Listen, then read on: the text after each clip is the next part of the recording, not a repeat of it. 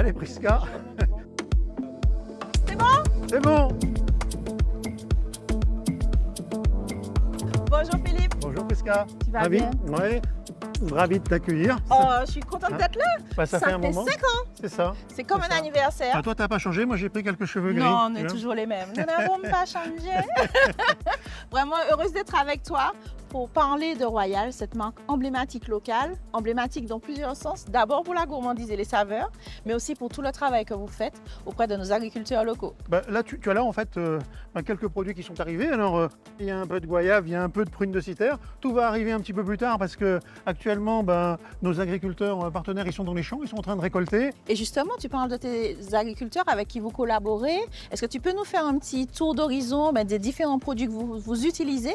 Et puis, ça représente finalement combien d'exploitants martiniquais qui contribuent à la pérennité de cette marque? On travaille avec des organisations de producteurs, c'est-à-dire des gens qui sont organisés généralement en coopérative. Aussi beaucoup de particuliers qui viennent notamment aux saisons de la prune de citer. Donc, ce qui veut dire que si on prend le nombre d'exploitations agricoles, ça va représenter à peu près, on va dire, une soixantaine d'exploitations agricoles.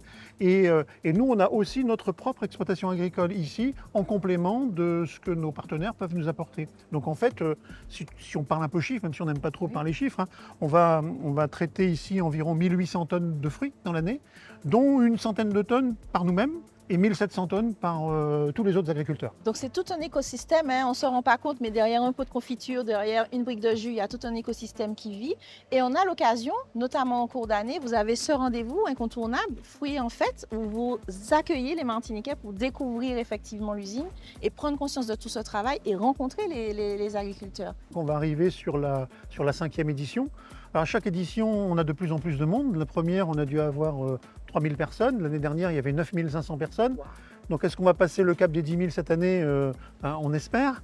Après, c'est aussi un moment de convivialité où on mêle tout ça avec un peu de sportif, puisqu'il y a la mairie du Grand-Mande qui organise la marche royale ce jour-là. Donc, les gens vont marcher et après, ils peuvent venir découvrir tous les trésors de l'usine. Et ça, c'est combien de kilomètres? Ça fait environ 13-14 km, donc c'est pas trop épuisant pour Je les pense uns. que je peux tester Pour les cette uns et année. les autres. Et Je puis vais en plus, essayer. ils ont le droit au tinamorue quand ils arrivent. Je vais définitivement tester cette année. Quand ils arrivent. Et donc voilà, on essaie toujours de mêler le fait d'avoir des gens qui viennent, qui découvrent le site, et puis aussi, si on a des nouveaux produits qui sortent, de mettre un petit peu en valeur les nouveaux produits. Mais c'est une grosse organisation, ça. Ah oui, on n'est pas 3 ou 4 à travailler pour accueillir ces 9500 personnes. On a besoin d'environ 70 bénévoles. Alors ces 70 bénévoles, c'est qui? C'est certains salariés qui vont passer leur dimanche à nous donner un coup de main. C'est la YOL trinitéenne. Alors on a la YOL qui est là et les YOLeurs qui sont là. C'est le réveil sportif du Gros-Morne. C'est aussi le Winner Team du Gros-Morne. Toute cette grande famille de gens qu'on aide nous renvoie l'ascenseur le jour de la journée porte ouverte. Est-ce qu'il y a d'autres fruits que vous auriez aimé développer, qui sont en cours de réflexion, des saveurs nouvelles qu'on pourra découvrir prochainement? Ce qu'on essaie de faire, c'est des fruits comme l'ananas, des fruits comme la passion.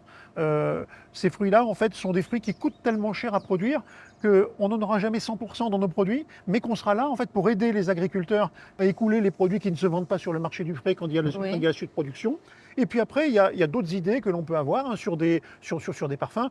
Tu vois là-bas derrière, on a de la pitaya. Alors la pitaya, on est en train d'essayer de voir ce qu'on pourrait faire en termes de produits, parce que ça donne des jolies couleurs, ça a des saveurs qui sont intéressantes. On a pris le problème en sens inverse. On regarde un petit peu comment les choses poussent, et après, quel type de produit on peut faire avec ces choses-là. Donc il y a plein de projets, et je pense que voilà, dans quelques années, on a encore beaucoup d'idées pour faire beaucoup de nouveaux produits. Eh bien, le rendez-vous est pris. Eh bien écoute Priscilla, j'espère qu'on se reverra bientôt et dans moins de 5 ans. Déjà pour la Manche. Je me prépare.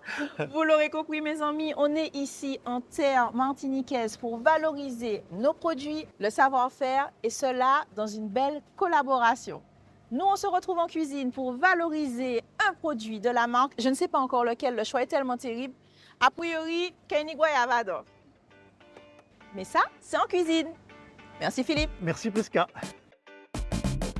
Le saviez-vous? La tradition des crêpes pour la Chandeleur remonterait au Moyen-Âge, époque où l'on faisait déjà cuire des petites galettes, symbole du soleil et de la lumière.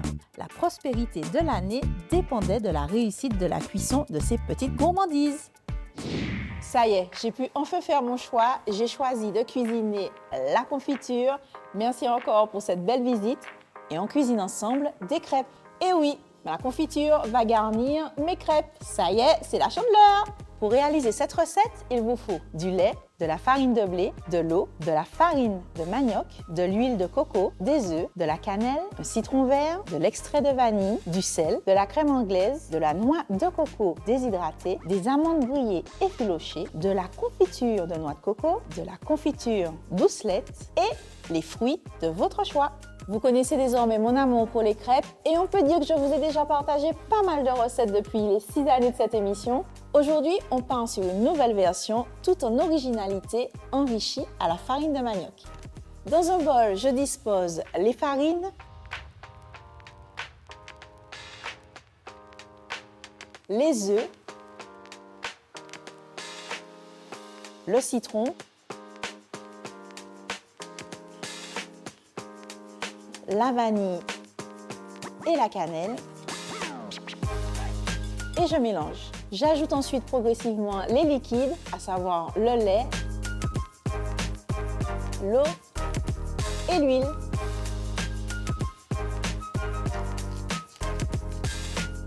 On mélange progressivement pour éviter les grumeaux. Et vous l'aurez noté, cette recette ne contient pas de sucre. On aura tout le loisir d'apporter cette touche gourmande avec nos garnitures. Je parle bien sûr de la confiture, de la crème anglaise et des fruits. Je laisse reposer à couvert une trentaine de minutes ou 1 heure au réfrigérateur. Le temps pour moi de préparer les fruits qui vont accompagner mes crêpes savoureuses et légères. Allez, place à la découpe.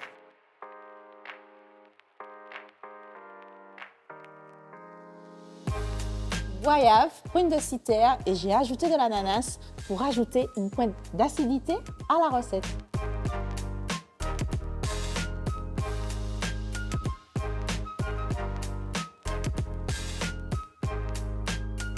Je viens maintenant garnir chacune de mes crêpes de confiture de coco, mais vous le savez, choisissez votre préféré. Je poursuis ensuite mon dressage avec la crème anglaise comme base. Je découpe mes crêpes roulées sur elles-mêmes pour en faire des petits médaillons confiturés. Pour l'acidité, j'ajoute les fruits. Pour le croquant, j'ajoute la noix de coco déshydratée et l'amande effilée. Et pour la douceur incomparable, je termine avec la confiture de doucelette juste fondue. Un délice! Et voilà, un dessert créatif et gourmand pour profiter de la gourmandise des crêpes et pas seulement à la chandeleur. C'est aussi ça la Martinique dans l'assiette. On se retrouve très très vite pour une nouvelle idée gourmande. D'ici là, mes amis, prenez soin de vous.